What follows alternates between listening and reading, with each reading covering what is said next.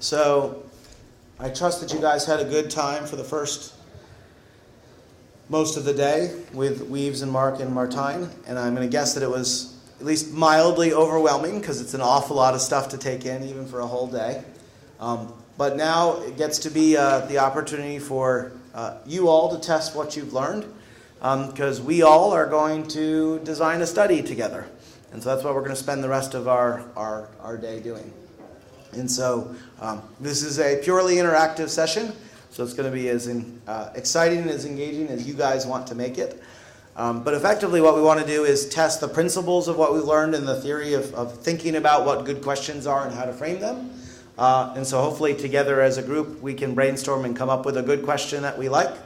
And then we're going to take that conceptual idea of what's your T, what's your C, what's your O, and we're going to turn that into actual proper designs of those cohorts to think critically about things like how do we define our index date and how do we define the populations to make them comparable. And then we'll work our way all the way through the design considerations of how are we going to make choices to conduct an appropriate comparative cohort design. Sound good? Yeah, okay. I'm looking for engagement. The other group it was early in the morning, so they were less engaged. All right, so does anybody have an idea of a question that's interesting to you?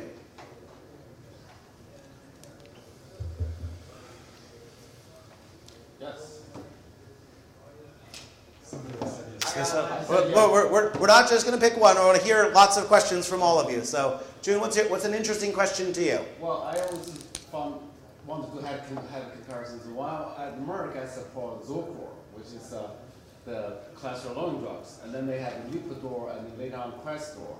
But at the time, most focus is the surrogate measure because you don't have outcome measure, so it focuses on the cholesterol-lowering. But now they've been on the market for a while. We can definitely look at the key thing as they subsequently designed the approved studies to try to look at the cardiovascular outcome and also renal disease. So I think now, since there's no longer brand the conflict interest, we can compare Zocor versus Lipitor versus Crestor, look at the MI, stroke, and renal disease. So that'll be the target cohort. So the target is patients newly initiating Zocor. Newly initiated with hypercholesterolemia patients.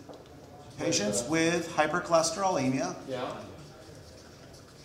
And then receiving the new therapy of initiating Zocor, Lipitor, or Crestor. 3 treatments. Okay, so your target is Zocor, yep. And your comparator is going to be patients with hypercholesterolemia, yep. Initiating Lipitor. Yep. Or Crestor, 2 comparator arms separately. So this is you have a first comparator, yep. And you have a second comparator that you're considering, which is Crestor. Patients with Crestor. What is your data set? We could use a 4 data. What are our data sets? Who all has data in the OMOP Common Data Model? What data you got? It's Mimic. Mimic, okay. Blue Cross South Carolina claims data. Okay, so we got some claims data. SynPuff. Columbia ZHR. Yeah, a bunch of IQVIA data. Okay. Okay.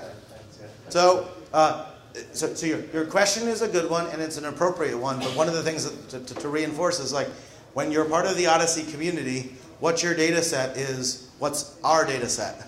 And so the exciting part about this is that when we can come up with a question, we can think about first conceptually like is it a good clinical question that we want to answer.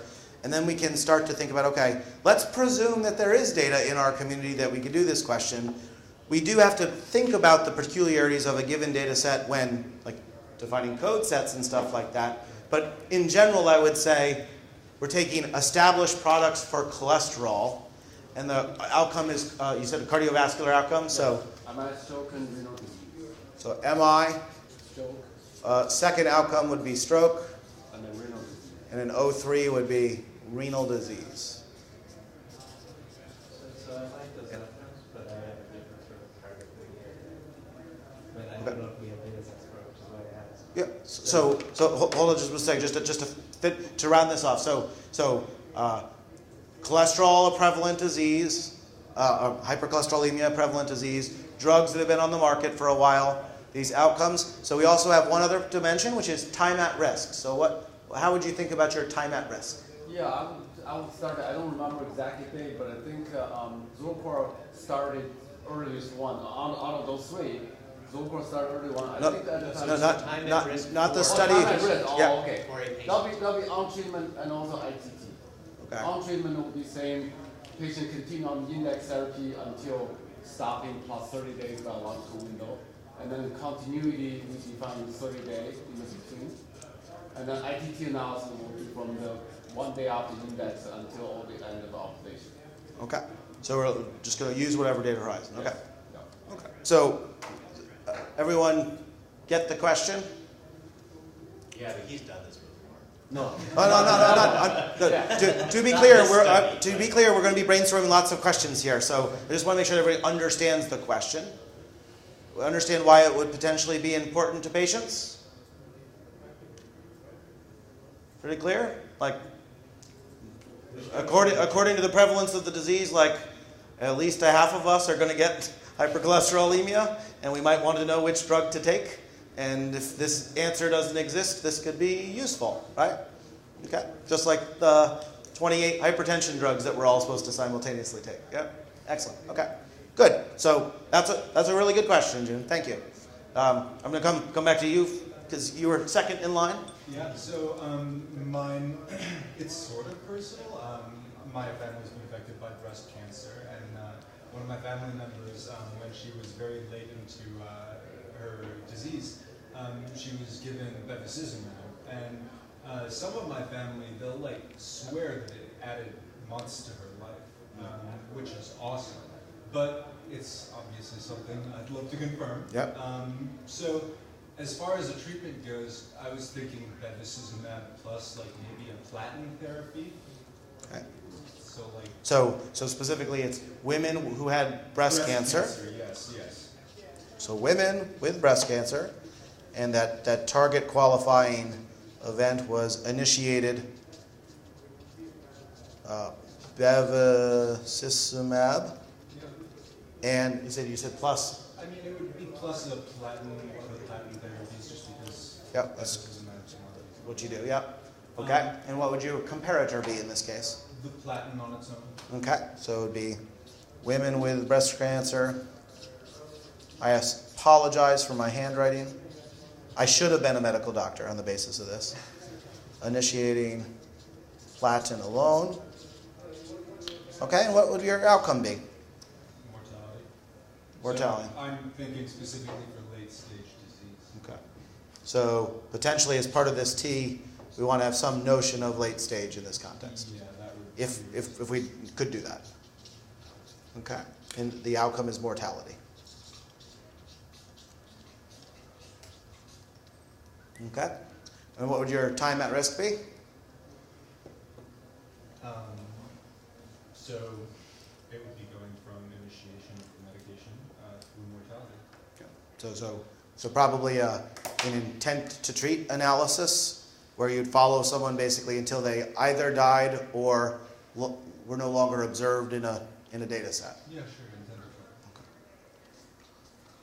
to Okay.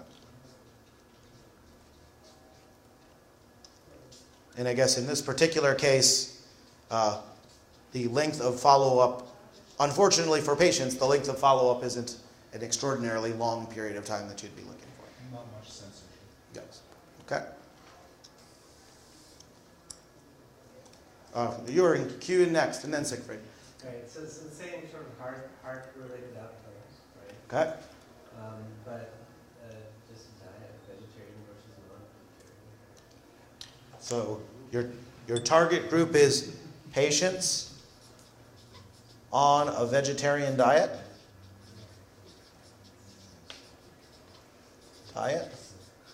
Versus meat eaters. Sure. Okay. And it's MI, stroke, and renal disease. So let's think a little bit about this cohort of patients on a vegetarian diet. So remember, a cohort is a set of people who satisfy criteria for a duration of time. So how would we think about, we have to define some sort of an index date. Sure. So how would one think about operationalizing that? So I would say they are vegetarian from 1 year prior to the study, and then up until the sort of events that we're interested in. From 1 year prior to... Prior to, so people might decide to become vegetarian over time. Mm-hmm. And so if they are vegetarian, the effects of becoming a vegetarian might show up, but it might take a while. So that's why I'm saying they need to be observed to be vegetarian for a year. So you're talking about that there has to be a span of time for which someone was vegetarian for at least a year. So I agree that you do want to have some sort of duration. But how would one establish a start date for something like this? That's hard, right? Which is why I was saying what kind of data sets do we have access to? Is there any evidence of vegetarianism anywhere in data we have? My wife tells me it's good for her. No. Evidence in our data, not in I want to peel the onion on this a little bit for to two different things. Could a data source store dietary decisions? Yes. The common data model supports that. There are standard concepts for vegetarianism. Do data sources have those? Some do, most don't. Okay. But even in the context of a data source, so Nick said, Columbia. Columbia does actually have people in the EHR that are actually marked as vegetarians. So in the room right now, we've got a data set with people vegetarian. But I'm still going to go back to the question of, so let's imagine a world where data exists, possibly. We still have to be able to think about a start date. And going back to Weaves's presentation, part of this is because you're trying to think about the counterfactual. And so you have to basically have this moment in a person's life where a choice was made and that you're looking forward. And so if we were to think about the choice of diet, if this was an idealized target trial, like a randomized study, you would have a moment where people were forced to eat lettuce or eat steak. And then you'd be able to see the effects. So how would we think about modeling that type of decision, even if under the presumption that data existed? Can I just ask? Yeah. So you could use a demographic variable as a cohort distinguisher. It just wouldn't. That's right. Make sense. So this is an important point. You'll see papers where people are like, our cohort was people who are 55, and it's like, well, when were you 55? At what? So you could imagine saying you enter a cohort the day your birth date, and that's just an arbitrary date in the calendar. But you could imagine that, but you have to be very specific that a cohort of 55-year-olds doesn't actually make any sense unless you can actually anchor to a date. So. Well, I decided to be 55 this year. Oh, okay. Well, okay. So you're in. The important thing is you really have to be able to define an anchoring event where you enter a cohort, as well as you have to leave a cohort at some point. Although leaving could just be at the end of observation, but you have to be able to have a moment in time. Otherwise, very often when people describe cohorts in papers, the cohort is sufficiently generic that you actually couldn't put your hands on when that date was when they actually entered. So yeah, a cohort of women, it's turns out that women often stay women for their whole lives, so that doesn't give me an index date. But you have to have the index date, particularly for all of these designs, because it's going to be that moment that we're actually modeling that counterfactual behavior. Fair enough. So for a heart attack, for these heart sort of outcomes, when did they start showing up in patient populations in significant amounts? We could just pick an age and say vegetarian at this age. So let's go there. So let's say these things typically happen to older people, so 55-year-olds. So we'll say every 55. But even still there, if I said at 55, what was your exposure? And I could say at the day you were born, or the day you turned 55, I ask you a question. Are you a vegetarian right now, or are you a meat eater right now? Is that an appropriate counterfactual question?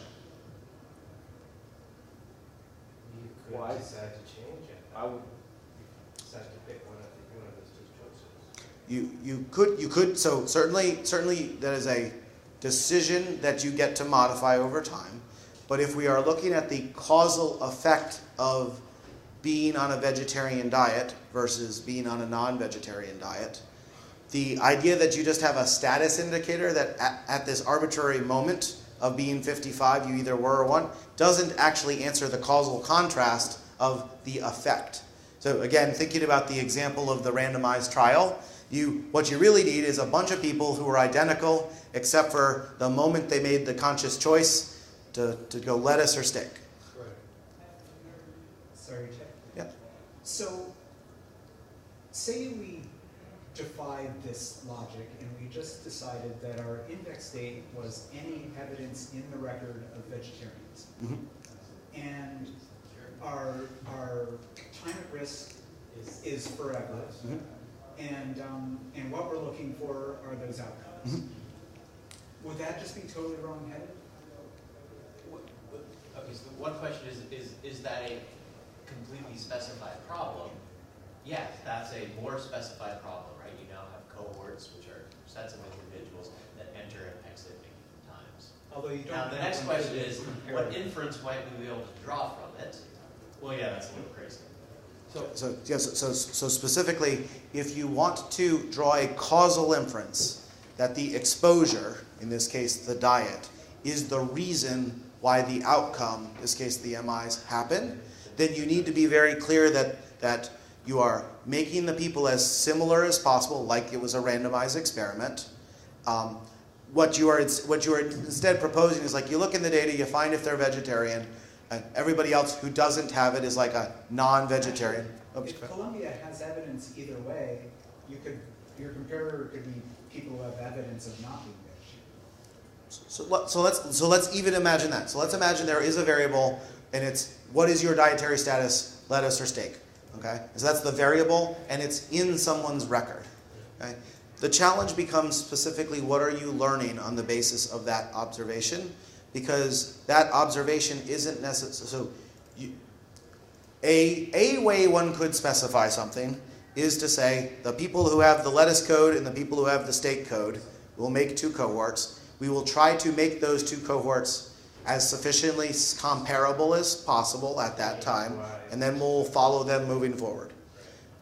At that point, to Mark's point, like that is a properly specified analytical framing, but the question of how are you going to understand what the effect estimate is, what you're basically saying is the inference of having recorded lettuce or steak and its impact on the outcome, which is not the same. Like those people were either eating lettuce and or steak sometime in before and are changing things sometime in the past. So it's like, I would say it's not a valid causal inference question, but you could use that temporal analysis to generate an association that just connects those two things together. The reason we're being a little bit pedantic about it is because all too often someone designs a study that does provide valid evidence of an association, but it is not an appropriate causal inference. And all too often now in the literature, epidemiologists, like when I was trained at UNC, the epidemiologists are don't use the C word, causal. In fact, Martina and my boss literally just last week told me to strike the word causal out of a manuscript I was preparing because the dogma is epidemiologists only create associations. They don't get to make causal statements. And the truth is, these studies only produce a strength of association, which is only one aspect of a causal inference, but we should not shy away from the fact that our goal is to draw a causal inference. Otherwise, we're all wasting our time. But a design like this will not get us a causal inference of vegetarianism. Okay, so tightening it up, it would be meat eaters who have switched from being meat eaters to vegetarianism. Ooh, that leads to another problem. There's one example of a very good cohort entry for this, and it was in a Spanish clinical trial where the cohort entry was randomization to Mediterranean diet versus just your regular diet. found, and what happened was they stopped that trial at medium follow-up of 4.5 years because the non-Mediterranean diet people had such greater increased risk of cardiovascular outcomes that they stopped the whole thing. It was clear. So but how you would find a similar cohort entry like that in this observational context is Would be hard. dicey. Which is why I asked. Yep. No, this is a great discussion about it. And when you say switch to something, so if we were to say people who are on some exposure that then chose to switch to another exposure, that moment of switching is a really nice point for a stake in the ground. Oh, very nice. That's well done. Stake in the ground. STEAK in the ground. When you go vegetarian, that presents a very logical T. The moment you switched from being a meat eater to a vegetarian. So now let's think about the comparator group. What is the comparator in that case? That would just be meters of the same sort of characteristics. So what's the index date? What's the index date for that comparator group? These vegetarians that switch to meat eaters. What's that? No. Well, if you were doing one-to-ones, like in the morning we were saying you do a one-to-one sort of matching of cohorts, right? No, but when do you match them? What moment? Well, you pick up somebody who is statistically similar to the other guy. No, but for each person you have to first pick an index date. Right. That's what you use. So for the vegetarian guys, it's the time they switched over to vegetarian. So we have that. You got that. I like your target. That's The it. moment you switch from meat eater to vegetarian, clean cohort, assuming the data exists, clean cohort, well-defined index date. Comparator group. I think what you want is the meat eaters who keep eating meat. Okay? Kind of, but matched to. No, you don't get to match yet. You have to first define the cohort. None of them involve matching. But I know how to do it. Okay, Siegfried knows how to do it. You get the date that the physician recommended that they become vegetarian, and then your two cohorts are the people who at some later date either were or weren't. So your index date is when they were recommended to become vegetarian, and which cohort they're in is determined later by evidence that they either took the advice or didn't. Sure. I think that probably, again, my view, that probably clearly introduced the bias by Well, implication. wait, let's not worry about bias yet. Let's worry, are these properly specified cohorts to begin with?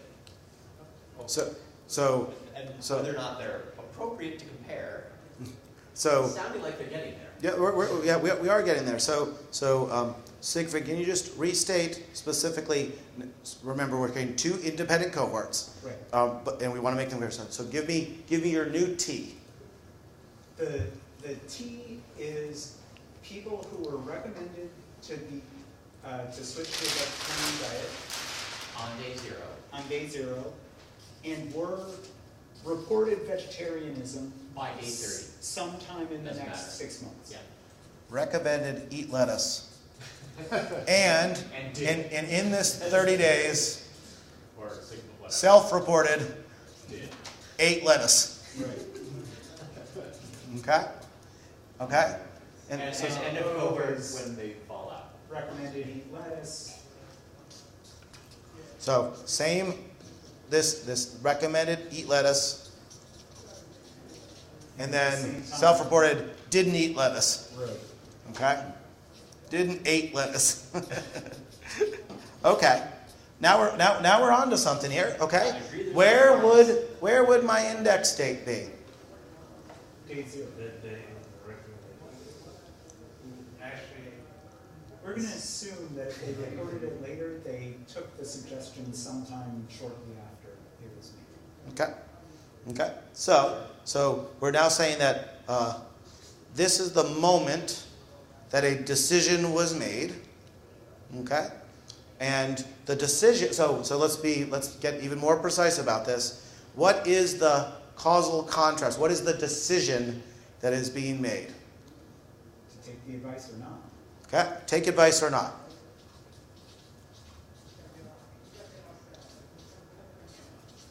And self-report that they did within that time frame. Yeah, and let's assume people are honest about their lettuce eating. They're not honest about anything else, but maybe eating a piece of lettuce they're honest about. Okay, good. So this is a nicely specified problem. What do we do about people who were not given a recommendation to eat lettuce? Yeah, we just don't know anything. We don't know anything about them. What do we do about people who didn't self-report? We don't know Don't know anything about them. Okay. What do we do about those who are recommended to do something other than lettuce? People who are recommended eat a good piece of steak. That doesn't happen. That doesn't happen? Doctor's orders. Actually, Giannis isn't in here. Apparently in Denmark, he told it as a joke, and then he's like, but this is literally the case. He said that in Denmark, he was waiting for his, he had a cold or something like that, and the doctor actually said, go home, drink a pint, you'll feel better in the morning.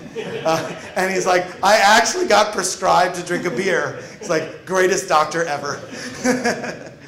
Okay, so the interesting thing here is I would say that you've now framed this as an appropriate causal construct, that there's a moment when someone has a recommendation and some knowledge about that they followed the recommendation or not, and now you're drawing a causal contrast on amongst people who were given the recommendation to do something, that what was the effect of those who chose to do it versus those who chose not to do it.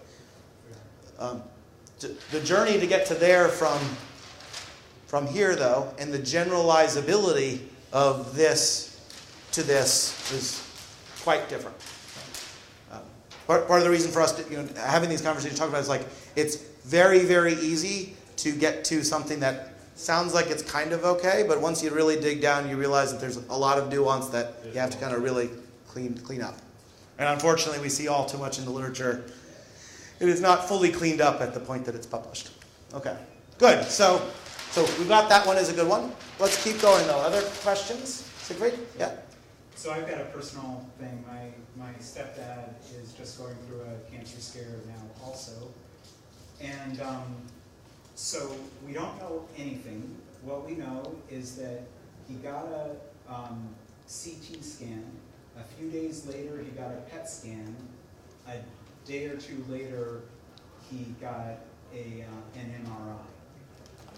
So my question is, if in a very short time you get that sequence or a similar sequence, we'll have to figure this out, how bad is the news? So treatment group, or what I'm wondering are the people who say, I don't know what the right combination is, but say let's do PET scan then MRI.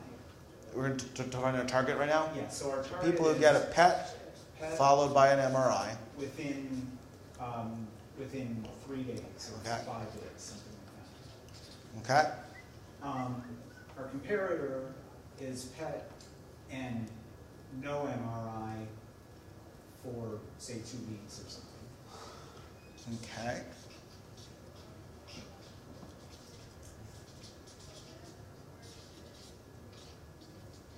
Okay.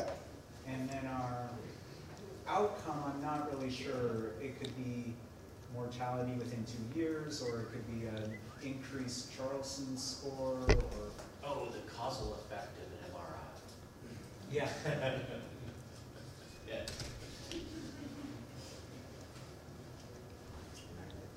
Yeah, so, I'm not looking to blame the MRI. I'm looking to blame the fact that...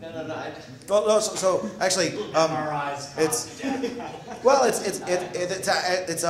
it's not that funny of a question.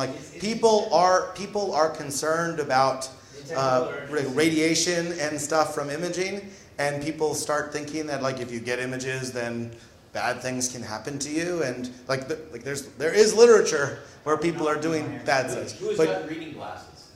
I Yeah, and your vision got worse after getting the reading glasses? Yep, almost everyone has. no, I think that's the same. It's not the glasses. I think it's the same. If I don't use it, I see before same knowledge while wearing it reads better. So to be clear, though, so you're not worried that the MRI causes something bad, but it seems like you're trying to answer some sort of like prognostic prediction question almost about are these people worse off in life than these people? Yeah. Okay. Is that appropriate for What It you is guys? it is a comparison. So I agree. So you could absolutely do an association study under this. You've properly specified it so that you've got a targeted comparator. I don't think it's a causal inference question because there's no decision and there's no counterfactual really what's going on. These really are truly different people. It's not like there is a reason why your father-in-law got the MRI. Right. There's a good chance it was on the basis of what they saw in the PET scan. Okay. And so from that perspective, there is no alternative father-in-law who doesn't get the MRI. Right? Like has the same state. But has the same state. That's right. Because these things were changed together. One could do that association study, but effectively what you would almost certainly likely observe is that if we were to fit a propensity score between these two groups, let's imagine we set the index date, and to do this, I'm going to set the index date at 2 weeks from PET, because this is going to be 2 weeks. Yeah. So the index date becomes 2 weeks at PET. If we were to do a propensity score to try to make these groups similar, they will separate out pretty substantially. For example, most explicitly, the MRI itself would completely separate them. You would remove that variable from the model, but certainly like the justification of why they got the MRI, which would be like a diagnosis code, that's going to separate the groups. And so I would expect that would be separated. But even still, if it's separated, you could still balance on that, like, your question about how much overlap there was, you could balance on that. Right, I wouldn't necessarily care about balancing because it's not a causal question. That's right. Right. Yeah. In terms of prediction, you don't have no balance necessarily. Right. Any other questions of interest? Yeah, I want to throw another one. Okay. So, a lot of people do annual screening, right? There's a question in terms of endoscopy to the colorectal screening. One has become beneficial in terms of life saving. So, there are people deciding not doing it because it is invasive. You have to take all the drinking fluids and then clear it up and do endoscopy. So, whether that's going to be causal, that's what's out there. So you can select a cohort of people at the time annual screening in the database. Whatever the year, say select 2-year period from 2012-13. Anybody do the screening test. Some people will do the endoscopy screening. And there's a group of people who do other routine screening like blood tests and other things, but not endoscopy screening. And eventually we'll have to match them on age similar. But the decision date will be the time of the screening. And then look at the follow-up. That's the target. So there's a different kind of colorectal screening that's not an endoscopy. That's right. It's a screening. They do screening, but they don't do endoscopy. So what is it? Blood routine the screening, like blood testing. Blood test. Cholesterol, Okay. glucose, those are typical routine stuff. Actually, there is one that's a stool test. Yeah. Okay. Yeah, but I'm talking the screening not for the colorectal, Oh, I see. only for the colorectal. Okay. So then the target cohort will be the patient who decided doing the colorectal screening, in addition to routine ones. Comparative cohort will be only the one who do the routine ones without specifically the colorectal screening testing. Without the endoscopy. Without endoscopy. Okay. Right. And then the outcome? Outcome will be the mortality. Cancer incidence is okay. I'm sure there will be potential detection by whatever. But eventually it's a mortality outcome and also could be cancer outcome incidence rate. So the question is whether to get your So periodic. Whether early detection potentially save life. The question is what is the life? So go ahead, please. Yeah. No, I have when this is done, I have a Okay. So I like what you just asked, and so I'd like to take a moment to talk about that. So what you just said is the question is whether early detection saves lives. Okay. So let me draw a hypothetical causal constraint for that. there is a group of people who get early detection, early screening, and then things happen to them. We jump in the DeLorean, we go back, we take those same set of people, and we prevent them from having screening, and therefore they get later detection. Right? That's the kind of the idealized, when you say early detection, does it save lives? That's kind of what you're getting at. But here, that's not what you're doing. You are taking two groups of people who are both being screened. You're going to be making them similar on when they got screened. So you really are actually only asking the causal question of, does screening via endoscopy have a causal effect on the outcomes relative to screening via blood test?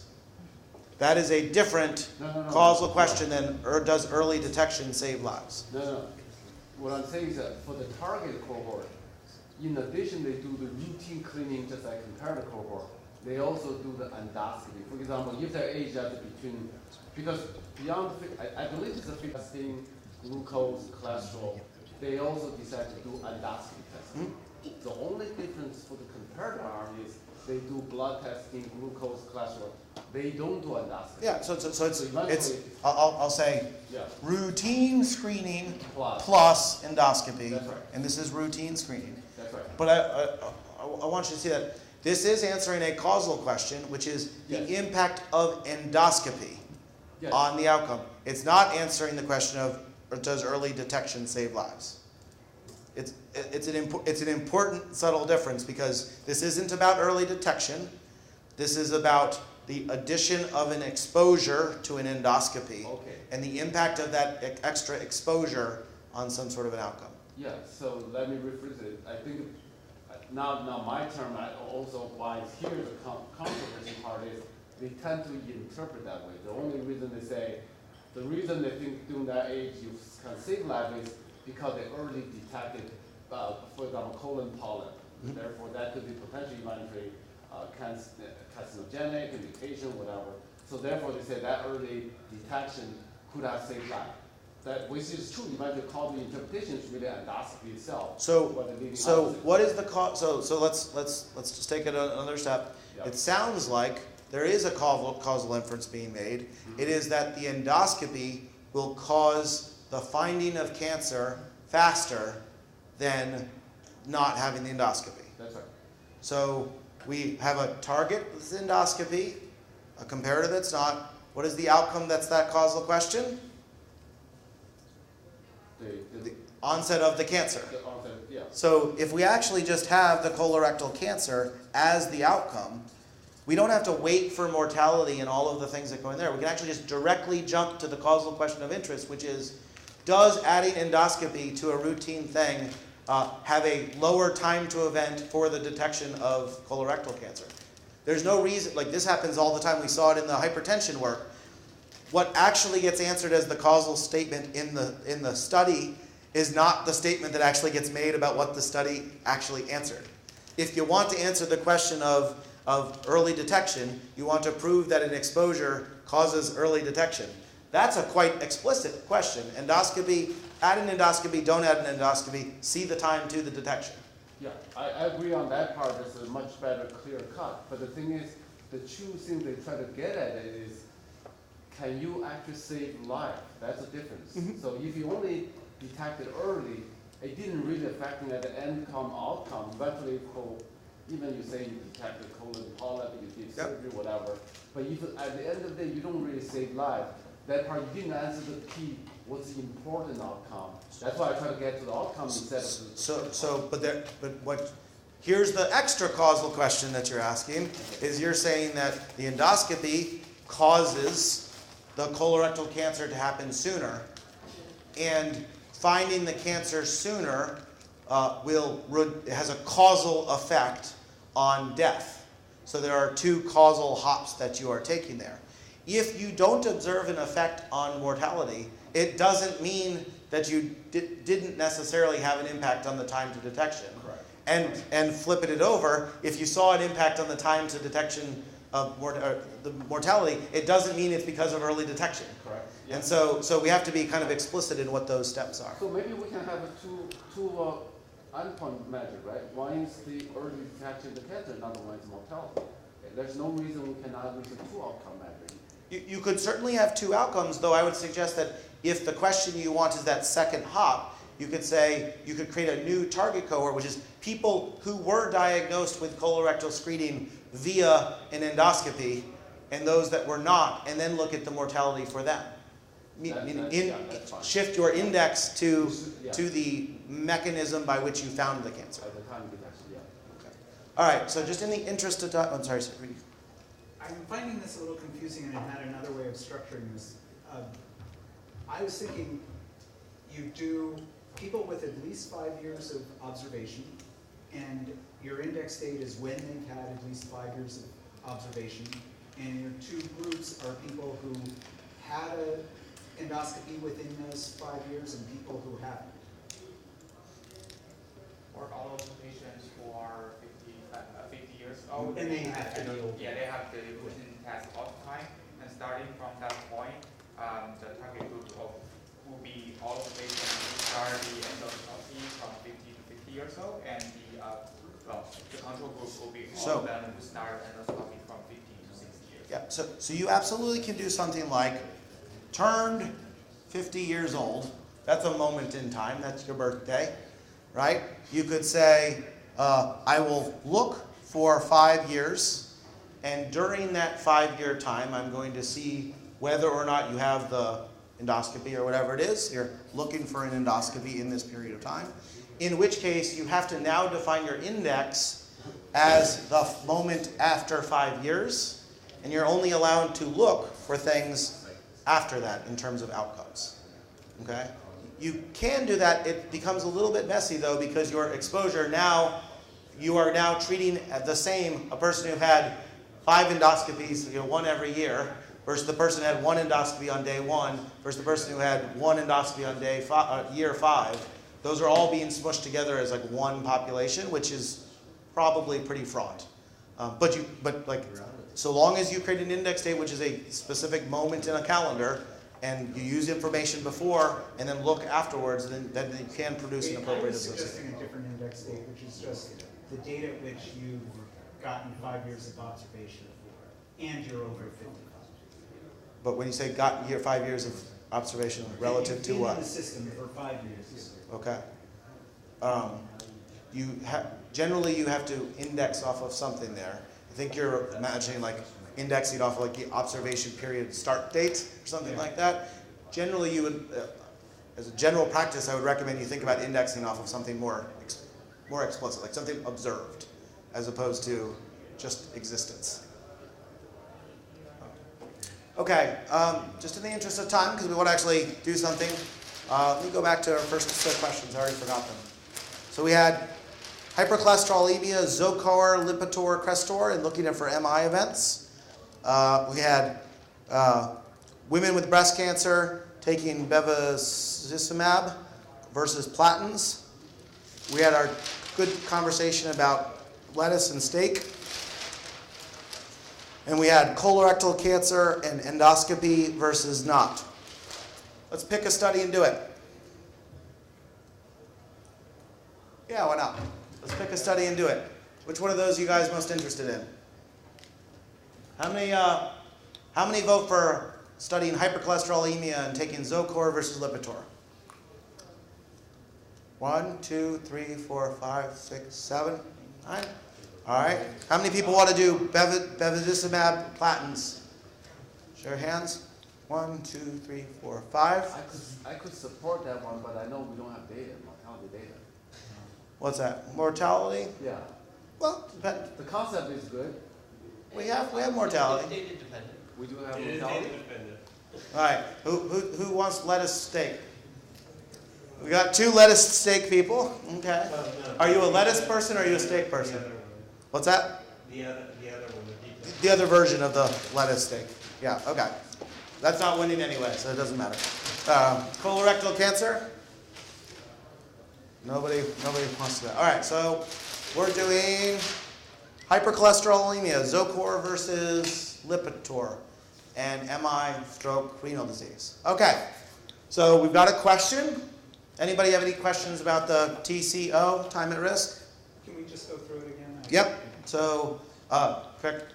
This is you, June, right? So it's patients who initiate Zocor, who have a prior diagnosis of hypercholesterolemia, comparing those to people who initiate Lipitor, who have a prior diagnosis of hypercholesterolemia, for the outcome of myocardial infarction, and we would decide on a time at risk, but June had suggested that you could follow them so long as they stay on that treatment, or you could just follow them as an intent to treat until they leave the data set. And are those generally considered interchangeable drugs? Yeah, two different drugs, both treat hypercholesterolemia that are out there on the market. Both are generic. The same class drug.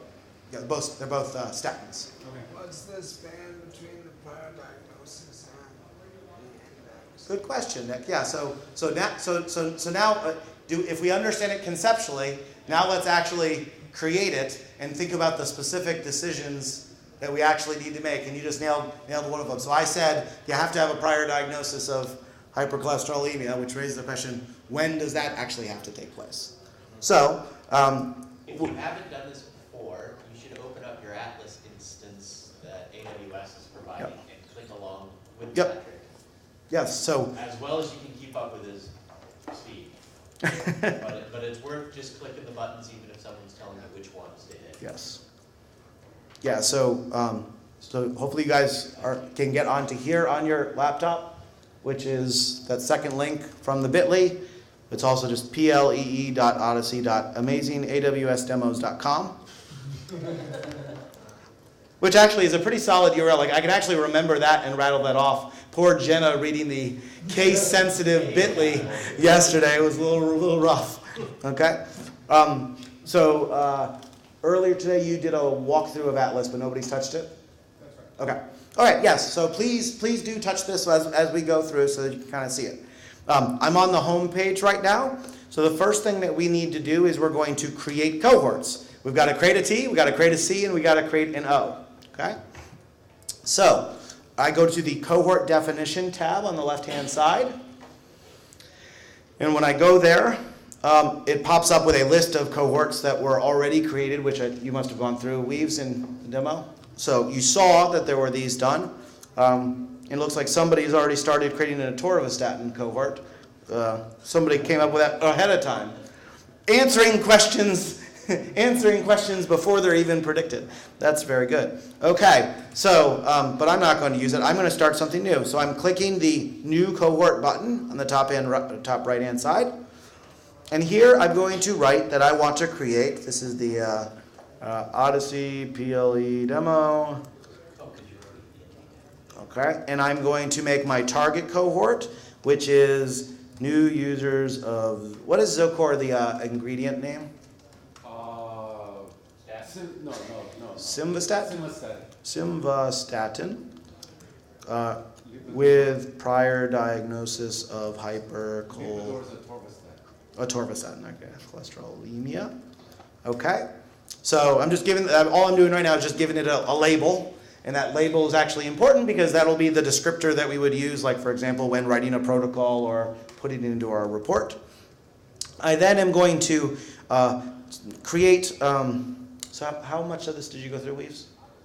We didn't create concept sets. We just Sure. concept Yeah. sets were already Okay, but you went through the other stuff. Okay, so our cohort entry event, what kind of clinical domain is this going to come from? I think they started into the market. So No, I'm sorry. Just is it a condition, drug, procedure, measurement? What is the thing that sets our index date? Drug. All right. So I'm going to add a drug exposure. I'm specifically looking for it says an exposure to any drug, but you've told me it is simvastatin. So I don't have one, so I'm going to create a new concept set. I'm going to call it simvastatin. Okay, and I'm just going to go back to my definition. As time permits, we could go populate that with the actual NDC codes of simvastatin. Actually, to do that one really quickly, because that's easy enough, simvastatin, I can just search the vocabulary for simvastatin.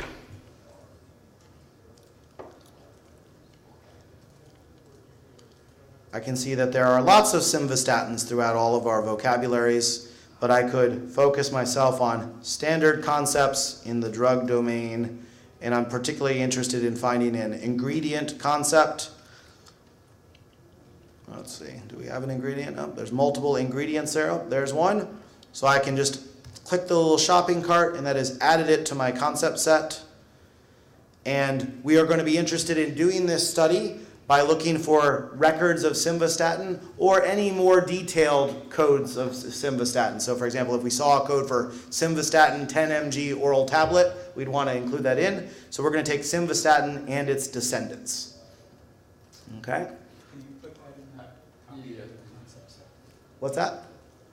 Can you copy that to concept set repository so I can use it? Oh, sure. Yeah, so let me, actually, I'll do you one better here. So one way we could have created a concept set, we go to concept sets, we click new concept set, we create a concept set called simvastatin. Okay, you could search the vocabulary for that thing again, just searching for simvastatin. I'm going to find my ingredient concept of simvastatin. I'm going to add it to there. I now have and descendants. I've now put in that concept set repository a record for simvastatin, and had I started this cohort definition all over, I could have just said import concept set and put in simvastatin. Okay, so I could have just selected it and it would have been done. And as you guys are doing it, you could just pick the one that's now in there for you. Okay? So we've said we're looking for the people who, in this case, have a drug record of simvastatin. Now, we specifically want to be initiators of simvastatin.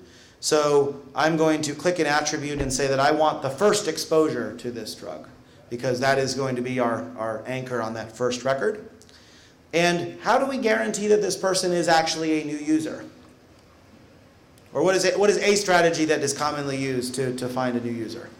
Haven't used drugs in their entire history, and also have at least baseline enrollment eligibility for 1 year. Okay, so the idea that you want some prior observation time that precedes the first exposure so that you have some level of confidence that they are actually a new user. So you said 1 year, June? You said 6 months? Okay. Maybe we'll split the difference and do 9 months, because you could. See, it's a community effort, the average of your ideas. So, what's that? The average leads to nothing. It's an averagely bad idea, but we're going to do it anyway. So, we've got new users of simvastatin. So what is our other criteria?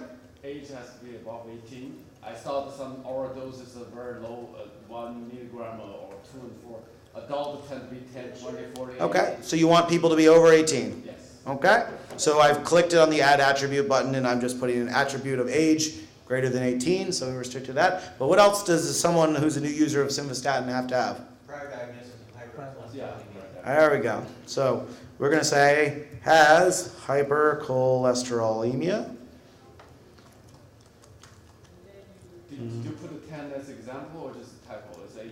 Okay, that's totally going to change things, June. Has prior. 9-year-olds taking simvastatin. So we said has prior hypercholesterolemia, but Nick asked a really good question. Like, okay, so we've got to figure out to be more specific for that. So hypercholesterolemia is a condition.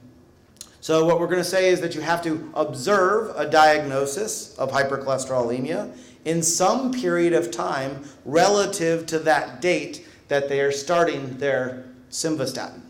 Okay, so when should we see this hypercholesterolemia happen? During that 1 year period before the index. In the 1 year period? Yeah. So, I mean, any time lifetime history, at least 365 plus before, that's fine. Any time lifetime they have a hypercholesterolemia. so any time prior? Yeah. So you're saying it could be all prior. But if you make it too soon, then there's a high probability that they're already on some other drug before they switched over to this, and that's a different kind of study. Well, it's possible, but that's why you said you use a simvastatin first time in your lifetime, and you haven't exposed to other targets. Oh, you haven't been exposed to other targets. You're bringing in new information, June. The comparative therapy, not exposing to a total step. This is the perfect conversation. So we only said it's a new user of Zocor, and now you're saying in a diagnosis ever. The point that's brought up is a very good one. That means they are a new user of Zocor. It doesn't mean that they are a new user of a statin. They could be a prevalent user of a statin, but a new user of Zocor. Yeah, they could use. That's a different question than people who choose to initiate therapy for hypercholesterolemia and choose Zocor first versus choosing Lipitor first. Which is what I thought we were asking, so I think we should rule out all previous statins. No, So- I mean, whatever, the baseline therapy make no difference. You really compare them to Zocor versus Lipitor. Other one, just like clinical trial, it's a standard care therapy. They may be on the other pravastatin and other things. But it's the time when you start a new drug, is that efficacy versus the comparator, same class drug, you want to compare their benefit. The other time they on the other therapy, they have hypercholesterolemia diagnosis. It doesn't make sense, doesn't make difference to me because it's just like standard care. When the new drug comes into the market, you have on the standard care therapy, then you start a new therapy. If you have the choice between two different same class drug, two different drugs, are they benefit different? I thought that's what answered that question. Yeah, but it's really hard to understand what there might have been longer lasting effects of the prior drug that are clouding sort of the observations that we're seeing going forward. Well, that's Also, what, if we don't care about that, that's what you rely on your either randomization in the trial setting or observation setting propensity matching. Unless you have concern propensity matching does not address that question, that's a different. That's also no different from just right now, we're doing the study, for example, either the CV drug or diabetes drug, when new drug comes to the market, we don't really care whether they have been on the other class of DPP or GLP-1 drug, but we care when they enter into the market, say, when you started using SGLT2 drug versus the other drug, does it make difference? Other baseline therapy, standard care therapy, you just consider as an add-on therapy as a standard, but doesn't really confound or bias you result one way or the other. You still answer the two key comparator drugs you're interested in. sure. But But in this case, do we really need it to be their first use ever, or just that they didn't use it, say, in the last 6 months? I would say the first time ever. Why does that matter if we're not ruling out all other? What? So actually, this is a legitimately useful conversation. Just to maybe make it clear for everybody, what you're actually debating is which causal contrast are you interested in, and they are actually different things. So it is a different question to say those people who are diagnosed with hypercholesterolemia who choose to initiate the first of their treatments for their hypercholesterolemia is starting with Zocor better than starting with Lipitor. That is a different causal contrast than the statement of amongst people who start Zocor, regardless of where they are in their stage of their hypercholesterolemia, compare them to people who start on Lipitor, regardless of where they are in their stage of their hypercholesterolemia. You are right that both questions equally valid, and the methods could provide an answer, but they're actually answering a different causal question. And we need to choose one for purposes of the exercise, but both are valid, both are totally legit. But all too often, like you said, you presumed we were doing one causal construct, where June presumed we were doing the other one. And way too often in a paper, people get loose with their language and conflate those things together. And so part of the reason that we've created this framework is because it does not allow you to be ambiguous. You are forced to make the decision to put the anchor on there and to explicitly provide the information about what's going on. And so I don't care which causal contrast you pick. I care very much that you pick a causal contrast and make sure it is what it is. Pick yours. Okay. We're picking. Less concepts to define. Need prior stat. Okay, so let's go through that again. So we have to have has prior hypercholesterolemia. Okay. That was a condition. We're going to say you have at least one hypercholesterolemia. Some, and you say basically just any time in their record. As long as he got it once, it's good. Okay? And so that's it, right? Okay? So I've just said I've got an end. When do they exit that cohort? Yeah, yes. So I've got now an entry. Where did the age go? Oh crap. Did I miss a save button somewhere? I probably Did you did. take this drug for any other reason than hypercholesterolemia? At least 95% of it's for hypercholesterolemia. And why do we care about the diagnosis of hypercholesterolemia? Good question. Get rid of the 5% of people who Who are taking it as a sleeping pill or something? So some people are more like prophylactically taking it, or they there's. It is common practice in an epidemiology study that if you're trying to study the effects of a drug in an indication, you want to ensure that the people have the indication. That's exactly the answer, yeah. You study this drug for the label indication. So they start when they take the drug. Previously, they had a diagnosis any time of hypercholesterolemia. Now our next segment here is that they have to leave the cohort. So when do they leave the cohort? These are people who are taking the drug. When do they leave the cohort? Two options. That's a two options, right? One is on treatment, one is ITT. The Okay. on treatment one is toward the end of whatever dispensing records plus 30 days. Okay, so we can follow someone so long as they until the end of their continuous drug exposure.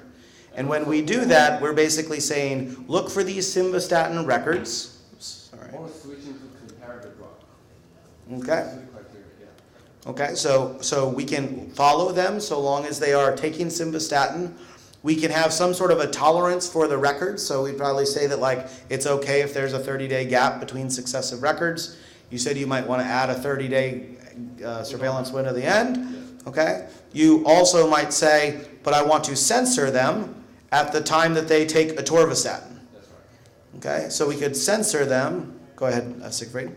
If we leave them in a cohort forever, but we consider our time at risk to end 30 days after the end of their exposure, does their presence in the cohort mean anything? So If they're yeah. no longer at risk? So This is what we spoke about earlier, in that there are various places where you can specify these things. And if you're doing an on-treatment and an ITT analysis, what you might want to do is make your cohort exit the on-treatment period, and then later on in analysis, you can use that same cohort, but specify the time at risk to be longer. So you have two analysis settings, one where you're looking for the outcome during their time in the cohort, and then the second analysis setting, you would then extend that time to look for it. Right, but I'm saying making the time at risk shorter than the cohort period. So you absolutely could say, like, I'm only interested in the events that occur in the first 30 days after starting exposure. So like you wouldn't care how long you were exposed. That's an option to you. But the cohort entry and exit is an independent property from the analysis time at risk. So you get to define an analysis time at risk relative to the cohort start and end, but they needn't be the same thing. In fact, more times than not, they're not the same thing. Right, I guess what I'm asking is, it seems like the time at risk is while they're on the drug plus a little bit. Yep. And that could also be the cohort definition. That is, what we just did, that's the cohort definition. Yes. And it's also the time at risk. In this particular case, we will be able to run an analysis of time at risk that just says, go from cohort start to cohort end. That is our time at risk. Okay. But for the intent to treat, we can go from cohort start to end of observation, use the same cohort, but specify two different analyses. Okay. So you're going to get 2 bites for the two for the price of 1 here. Got it. Okay? All right. So now that we have specified this, I just hit save. And in your own environment, if you've been following along, you can actually now just generate that cohort. What's in that environment that you are playing with is the SINPUF Medicare claims data. I bet you this cohort is going to actually find some people. So it'll run for a few seconds. While that's running, we created a target, so we also have to create a comparator. So I click the copy button. And the beautiful thing about this is that oftentimes your target and comparator only differ by one particular attribute. In this case, it's the same cohort, except now it's atorvastatin with prior diagnosis of hypercholesterolemia. And we already defined atorvastatin, but now, instead of censoring at atorvastatin, we're going to censor at simvastatin. So I just swapped my drugs. You better check the atorvastatin. I created that slot without paying attention to what I was doing. Okay. Well, for purposes of what we're doing here, that'll be okay. I like your slop, Siegfried. Your slop's good enough for me. Okay. So where would we look? If anything wrong, we blame Atlas. Okay. That's empty. So we're gonna your slop's no good, Siegfried. We're gonna make better slop. Okay. Oops. All right, let's add that slop. So I've just added that vocabulary. We're gonna hit save on there. So that means that other cohort's gonna return 0. So, but now we have this atorvastatin cohort and it's nice. So I'm gonna generate. I'm going to go back to my target cohort. Where was it? Target. It probably ran and says, oh, still running. So we're going to cancel that. We're going to take a look to make sure that this wasn't the bad one. Yep. I'm going to go ahead and cancel that. We just also started on the small sim pub because it might take it was going really slow on the small sim pub, so it's probably going to take really long for the big sim. Got it. Okay. I don't. So, yeah, this actually is going to be a pretty legitimately sized cohort because we're talking about millions of patients, and this is a highly prevalent drug use. That's $11 billion drug. Well, that's not bad for. Yeah, 4-7, 10 billion. 11 billion is the copay, or No, at the peak time. $11 billion sale. Well, you know what? What happened here? Oh, that's prior. And simvastatin is a $6 billion sale. We didn't So total, import you hypercholesterolemia. should have a median patients. I don't think we define Okay, so let's just take one more quick look. Hypercholesterolemia. Okay. Generate. I'm going to go back. I'm going to close that guy. I'm going to go to my comparator. I'm going to make sure that that actually had cholesterolemia. It did not. So I have made too many mistakes, too fast. Oh, there you go. 387,000 people took atorvastatin, but they didn't have hypercholesterolemia necessarily, but now they will. All right, and we're going to run that. Okay, so we've created our T and our C. What do we got to do now? Outcomes. Got to create an outcome. So let's just do one of them. MI. So how would we? We have stroke already defined. Use the stroke. I was using that. I thought we didn't have that one in there. We have stroke, right? I made an ischemic stroke earlier. You made a copy paste. Yeah. So thank you, June. This is actually an important point. So one of the things that's actually important is that once you create cohorts, your cohorts are not actually bound to any particular analysis. So if we've spent the time to think hard about the right way to define ischemic stroke, part of the reason why we create O cohorts and not just put something embedded into an analysis is because we can actually reuse it. If we know how to define ischemic stroke, the chances are that's how we should define ischemic stroke. So excellent. We're done. We got a T and a C, and we've got an ischemic stroke. Well, I wouldn't make change here, but for that drug, I know the ischemic stroke, for that particular study, all strokes should be lumped together, both hemorrhagic and all that. Because for other exercise, the reason ischemic, I think originally intended was because potentially it's thrombotic. But it's okay. In that example, it's okay. But the majority is ischemic anyway. Oops. So I'm just going to show. It's too funny that. Okay. Are you on VPN, Martine? Oh, okay. Never mind. Well, I'm not going to show you that. Okay. So one of the nice things that let's see. Can I do it? Actually, let's see. I'm gonna try this. I'll try it off of the OHDSI website. So I'm going out to the public instance of OHDSI right now. We're going to see if the demo actually works. Gram, stroke. All right, we can see that outcomes have been previously defined for other studies. So in a different instance of Atlas, this one's actually out on the OHDSI website, we can see here's a fully specified definition of stroke. I can actually export this definition and just basically grab the JSON expression. And I can now go in to say, let's create a new cohort in this different environment, totally different computer. And I can just actually import this definition of stroke. And now I have a very complex definition of ischemic stroke that we can actually use in our data. Okay. Why is that important? Because that means that if you're doing a collaborative network study, like you could define stroke and you could define atorvastatin and I could define MI, and then we can actually just share our objects and put them together. So instead of me wasting the time teaching how to create ischemic stroke, we're going to say that somebody else figured out how to create an ischemic stroke, and now it's running. So that was 15 seconds to do that. You're supposed to applaud now. Yeah. So, okay, we've got a T and we've got a C and we've got an O, so now we need to design an analysis.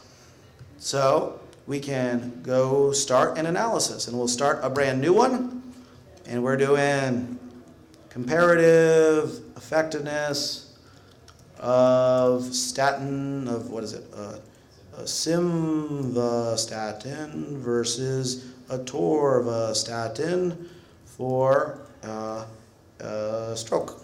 Okay. So let's go through the decisions that we have to make to do this. So first we have to specify our comparison. We're going to define a target cohort.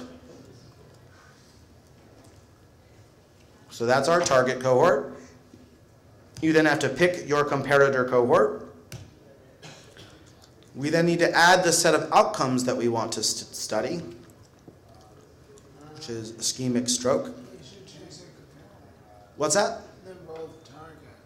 Oh, you're right. Thank you. I made a mistake. I know what the hazard ratio is. Thank you, Nick. You're right. So we've got target versus, so simvastatin versus atorvastatin for ischemic stroke. Now, the next step, I've got to create negative control outcomes. This is an essential part of every study. I am going to skip it only in the interest of time, and because your development environment, I think, doesn't have access to the common evidence model, or at least I didn't test it yet. But a principal part of this is you create a list of negative controls, and then you provide that list in, and those basically will serve as extra outcomes to calibrate your method. Okay. All right. So now we have specified the target, comparator, and outcome. Specify the concepts to exclude. Yes, the drugs. Okay. All right. I've explained that way. Oh, down here. I'm sorry. Yep, you're right. So we have to also decide on which variables we have to get rid of when making this comparison. So which variables are definitely going to predict whether or not you're taking atorvastatin or simvastatin? Atorvastatin or simvastatin are very good predictors. So I have to create a concept set of both of those things, right? All right, so I'm going to... Oh, I got confused by this. So you can only put one concept set in there, and Yeah. But it's easy to take unions of sets. So we're going to do or simvastatin. So we're creating a new concept set called atorvastatin or simvastatin. We have to now put simvastatin in this concept set. So I'll search for that in the vocabulary. wait, you're not going to do the union of the other two? I could have used the vocabulary compare group to do that. Yes, I could have done that also. You're right, Sigrid. Yep. Stop. So you could say include the sentence here. I've also mentioned, but we may have forgotten, that we have a weird design feature that you can check that box later on. The reason why you better do that later on is a technical one. If you click those buttons here, you actually be defining a concept set that has, can you just click it here, see how many concepts you have? 9,523 concepts. That means that your definition will have 10,000 concepts in it, and that when you run it on the database, it means that R will need to pump those 10,000 concept IDs to the server. Whereas if you uncheck them and check that flag, it doesn't have to pump 2 to the server, and it will do the actual expanding to the descending there. It's a technical reason, but it's much more efficient than doing it here. But it will get the same result. And so the fact that these are meaningless without the descendants check because nobody has. That's right, but those you drugs will without add the descendants. check later on in the analysis setting. All right. So they become meaningful again. And again, I know this is a complicated and bad design feature, but I'm going to figure out how to do that. So if we see people having put empty, like drugs that would never match because they don't have descendants, we can assume that that's the reason. Well, then you need to check where they have the flag later on. We'll get to that flag. So we've now defined a T and a C and your question? No. Oh. We have T and a C and an O. We've also parameterized what we're not going to look for. Our next section here is going to be the effect estimation analysis settings. So we're going to add a new analysis, and now we're going to have to go through some questions together. So you could define a study start and end date if you cared about a particular calendar time, but let's just take all new users here. We can ask, should we only include the first exposure, yes or no? Now, we could say yes, but note, in our cohort definitions, people can only be in there once. So in this particular case, this parameter will not have an impact, but it's in both places because sometimes you want to do that in the cohort, and sometimes you want to do that at analysis time, so it's available. So here when it says only first exposure per subject, does that mean just this is the first time they were in this cohort? Yeah. That One person could be in a single cohort multiple times, but this would limit yourself to the first time you were in a given cohort. Okay. We then get to decide to remove subjects that were in both the target or comparator cohorts. So we could either let them be in both cohorts, or we could keep the first, if they were in both T and C, we could select the first one of the two, or if they were in both, we could kick them out. So what would we like to do? Keep first. So you're either going to be in one of the cohorts or the other, but not both. But didn't you already define it in the cohort? It should already be taken care of in the cohort, but just in case. So we... No, that was a switching, never mind. That was a censoring on switch, not prior exposure. Got it, yeah. Okay? We could restrict the analysis to the period of time when both exposures were observed. You should actually move that up to the dates. Because that is what that's doing is it's restricting the study time to when both drugs were observed. Here's a frequent thing that occurs when we're doing drug research. You have a drug that's been on the market for a super long time, and then you have a drug that's newly introduced to the market. And you really, if you're going to do a causal contrast, you can only use the time when both drugs were available as a choice. And so setting this to yes makes sure that you get limited to that common time. Yeah, those two drugs entered the market almost similar. Yeah. Almost a few months apart. So this one might not matter in this circumstance, but it can matter in sometimes. Well, we'll restrict to it just for the fun of it. Minimum required continuous observation time prior to a person being included. So basically, it's how long does this person have to be in the database before they can qualify for this study. Remember in our cohort, we said that you had to be in there for a year, but there could be analytic reasons why you might want it to be even longer than a year. Potentially if you had particular baseline characteristics that required multiple years of observation. Okay. So are we okay with the year that we've already got in the cohort? Okay. If either the target or the comparator is larger than this number, it will be sampled. This is just a computational convenience, but it's actually an important one. If we were running this on the real data, like the IBM market scan database, these cohorts would have millions of patients. And as we're trying to establish something like 100,000 is enough for purposes of fitting the model. But for demo purposes, we don't need to worry about that. Remove subjects that have the outcome prior to the risk window start. So this is quite important. Imagine a situation where someone is starting simvastatin. but has had a stroke before they got their simvastatin. Do we want that person in the study? No, because if they've had a statin in the past, they are not at risk of having their first stroke later. So by virtue of thinking about incidence, we actually need to make sure we remove those people. Okay. When we say we want to remove those people, we say, well, how long back do we look to see if there's a prior event? And that could actually be something that you would specify. Let's just look back all time in the past. And if a subject is in multiple cohorts, should the time at risk be censored when the new time at risk start to prevent the overlap? So basically, if we had allowed someone to be in T and C, and those two times overlap, what do you want to do in that situation? We have already specified they're only going to be T or C, so this is not applicable. Those are our choices for study population. So for covariate settings, you get to make a choice of what variables you put into the propensity score.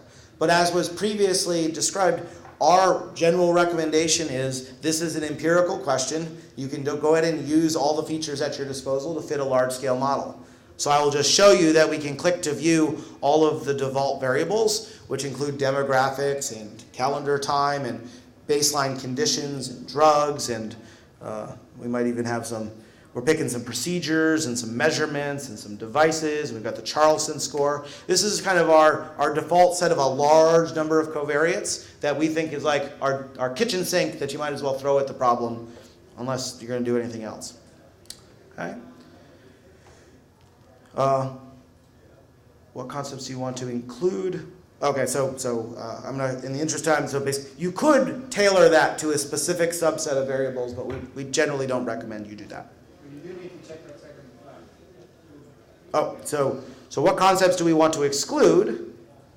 You don't have to do. We already have selected the variables that the covariates we're to exclude, but we want to say exclude not just those things that have already been specified, but also the descendants. That gets us that 9,000 simvastatin codes.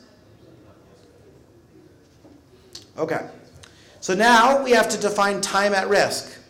So we are following someone from the time that they start their drug, and let's specify for the interest of time the on-treatment analysis. So we basically want to follow someone from the time they start their drug to the time they stop their drug.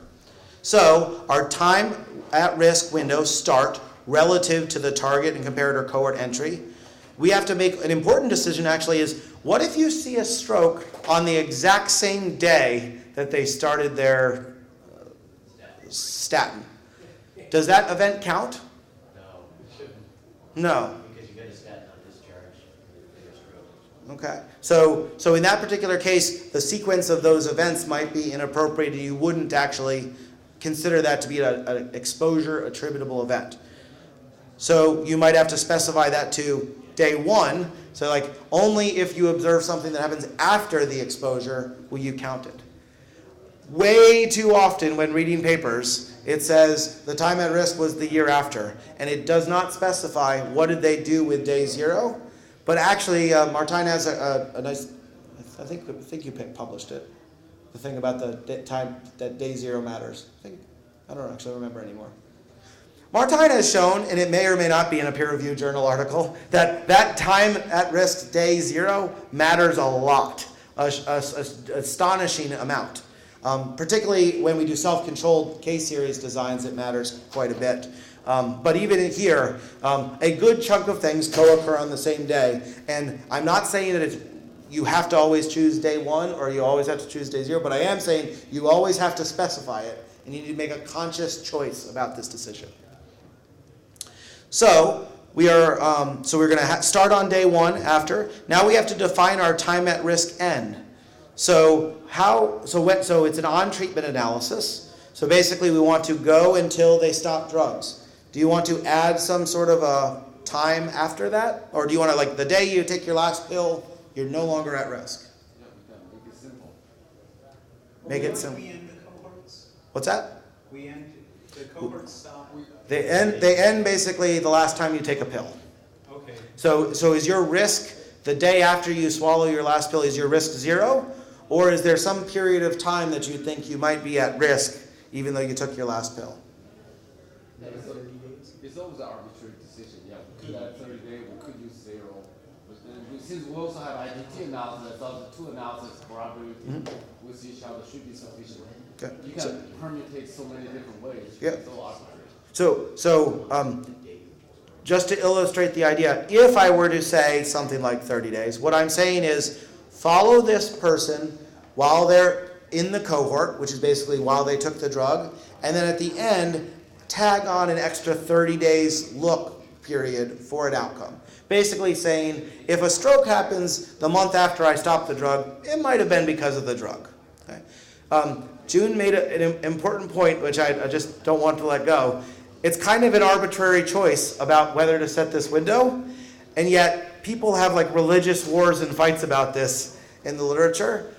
It is a completely empirical question. What matters most is that you make a choice and you fully specify it. And so part of the reason we're making you see these questions and answer them is because if you don't answer them, then someone is going to assume you did one thing or another thing, and there's something to be known about what happens when you assume.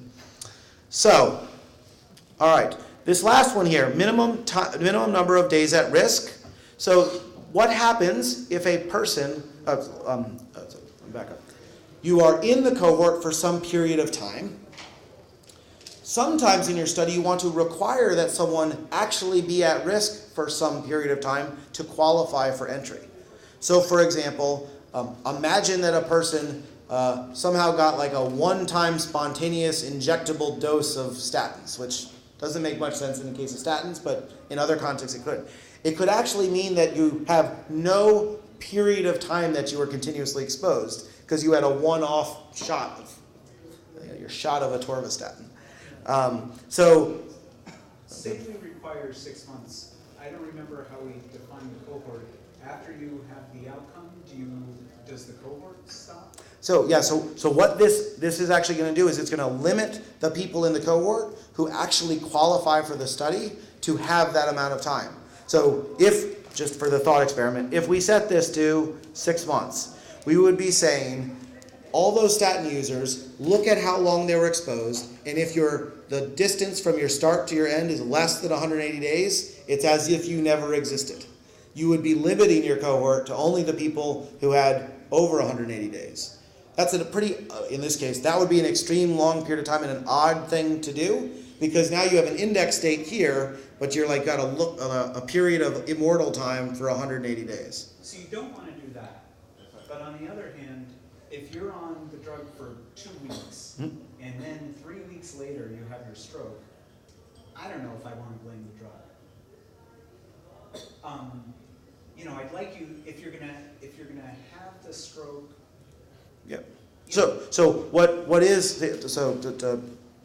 To provide a specific example to kind of illustrate this, it's not uncommon in people doing U.S. claims analyses to specify that the minimum time at risk is more than 30 days, and the principle, oftentimes I'll say like 31 days, and the principle is if you got one dispensing of the drug, I'm not even positive you took it, but if you got a refill of the drug, that would be your 32nd day of taking the drug. Now I have some confidence you're probably taking it because you bothered to go to the pharmacy a second time to fill it.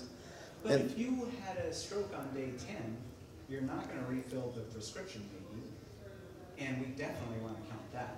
So we definitely, I don't know about that. Does it take time before it I don't know. Well, So I think again, It's a question. yeah, so it is not a definite, but it's a part of the specification.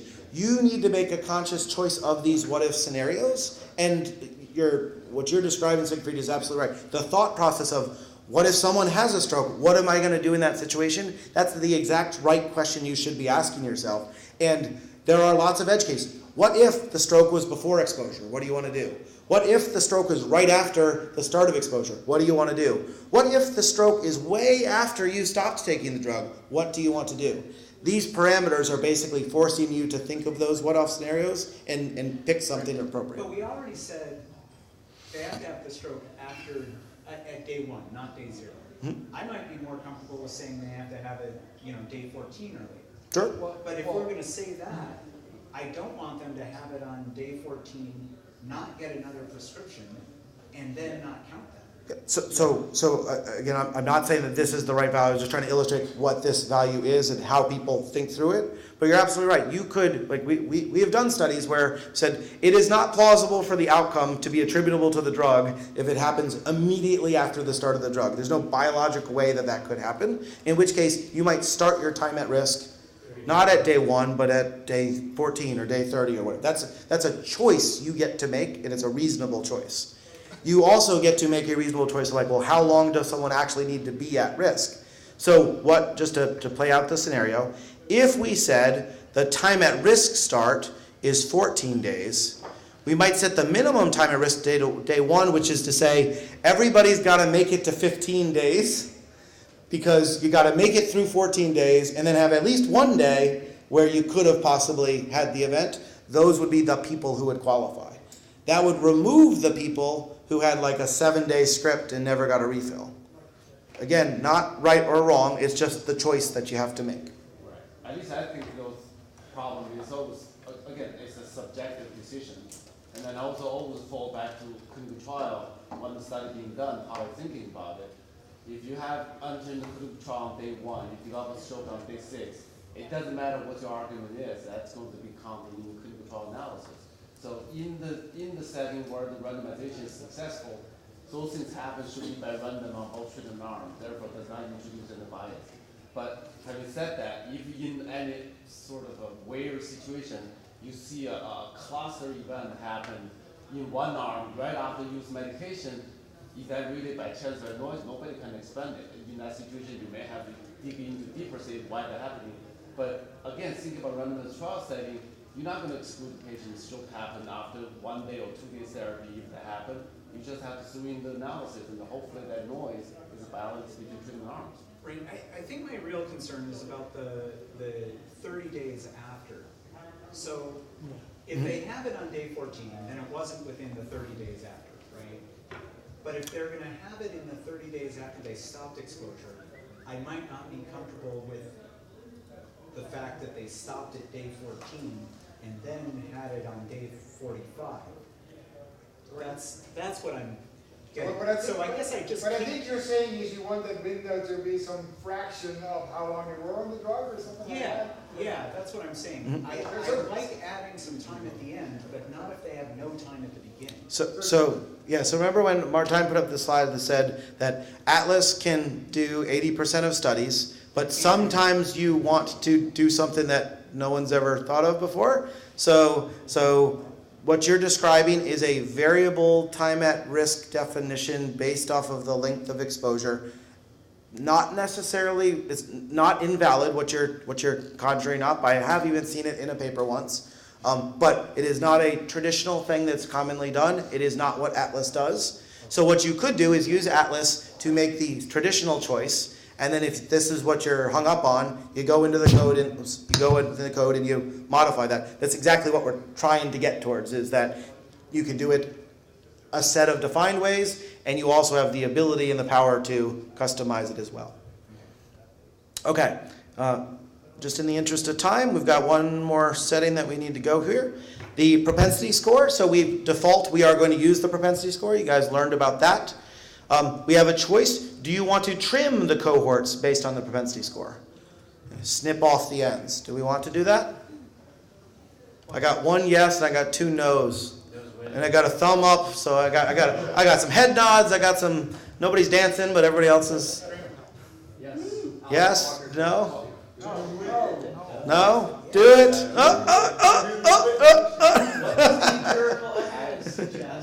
I would trim it if someone use the inverse probability weighting. For both, if you use matching or stratification, I wouldn't trim it. So it is fascinating to me how many papers argue about this stuff and hand wave about it.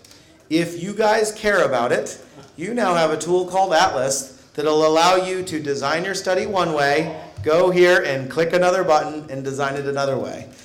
This is a purely empirical question. I will say that empirically, we have shown that this doesn't matter nearly as much as epidemiologists want to argue about it.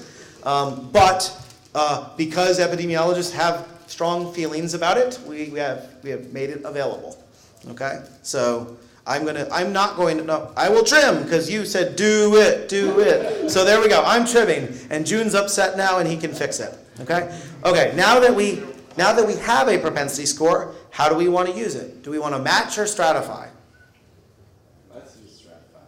We're stratifying, okay. If you're going to stratify... Martin is happy with stratify, so like, at least make Martin happy this time. Okay, so now Martine's happy. But it's not enough to just say you want to stratify. Now I have to ask you, how many strata do you want? Martin is happy with 10. Martine's happy with 10. I want 500. What happened to 500? And then the guy presented came to, well, I don't know, you were joining that meeting. There was one person came presenting, he does 500 strata. 500 strata. So you can type in a number and do whatever you want. 10's enough. 10's enough, okay. What is the base selection of subjects where the strata bounds are to be determined? So this is a little bit of a little bit of inside baseball, but basically, if you're going to choose 2 strata, you either have to take the whole population and cut it into 10 groups, or you have to take the target group and cut it into 10 groups and see where the comparator falls, or take the comparator group, cut it into 10 groups, and then see where the target falls. I have seen no empirical evidence that this is meaningful, but we have seen lots of people argue that they think they know what's right. And so we've made those features available. I will say it's okay that we just split it in all groups. Okay? You get to decide how many people you actually want to use to fit the propensity score. Again, this is computational efficiency, and you don't really need much more data than a few 100,000 to be able to do this really well. We test each cohort for correlation with the target assignment. So if any cohort has an unusually high correlation, then this will throw an error. Effectively, this is basically saying, do you want us to be noisy and warn you when something is going on? In this particular case, given that we've excluded the drugs themselves, I wouldn't actually imagine this is going to be a problem. And if an error occurs, do you want the function to stop? So you actually can make the code refuse to go on, or you can let the code pass over the warning that it offers you. Okay. There are all of the advanced additional settings. They're hidden deliberately because if you don't know what they are, you shouldn't click there and play with them. Finally, you have to define your outcome model. So what are we actually doing? So there's various options available. You have a logistic regression, you have a Poisson regression, you have a Cox proportional hazard. What kind of model are we doing here? Cox model, okay? And so do we want to condition on the matched sets? We didn't say conditional. Maybe Graham is going to say we didn't do conditional model either. Oh, we're stratifying, so. Oh, let's you stratify how the condition on stratify side. Yeah, so you condition on the matched set, so you can say that is a yes. So this is inside baseball about the data object and how you want to make use of that. We have now introduced the feature to do inverse probability treatment weighting, which you don't need to worry about. And then there's a bunch more settings that if you don't know what they are, you shouldn't change them. Okay, we have now specified all of our analysis settings. I'm just going to hit save since we've got that. Okay. Had we created negative controls, we would actually go through the process of telling the system how to use the negative controls and how to do synthesis into to create synthetic positive controls so that you can do the full-fledged empirical calibration that Martijn and Mark presented yesterday. We skipped that in the interest of time. So I'm going to go to utilities, and I'm going to be able to review our full study specification. And by reviewing this, I'm basically seeing what are the list of T, C's, and O's that we are going to study. It turns out in this particular case, we only have one T, simvastatin, one C, atorvastatin, one O, ischemic stroke. We specified one particular type of an analysis. Should I go back and do the intent to treat so we have two? Yeah. Okay.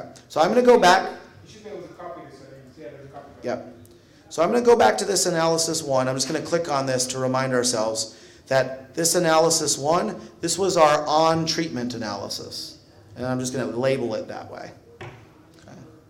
But all of those settings there, I could just copy that because we want to make a slight change.